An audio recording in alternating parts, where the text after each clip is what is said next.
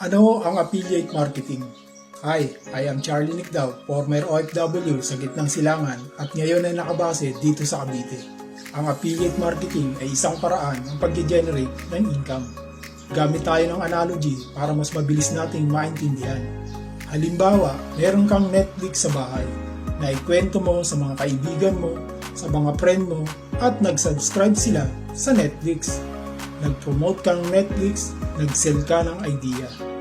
Ang tanong, nag-generate ba ng income? Siyempre hindi. Imagine na kabilang ka sa isang company na merong affiliate program. Halimbawa si Company A na meron ng ready-made product, website, affiliate link under your name. It's done for you system na ikwento mo yung mga product, system at mga benefits neto sa mga friend mo. Pag nagustuhan nila, pag bumili sila, magge-generate ka ng commission. Ganun nagwo-work ang isang affiliate marketing. Ang kagandahan nito, madali itong ma-access. Gamit ang CP mo, laptop at internet, pwede mo itong ma-access kahit saan.